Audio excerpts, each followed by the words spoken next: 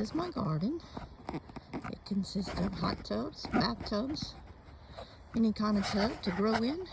How much would your hot tub produce with your sweet potatoes? Well, it don't look like much.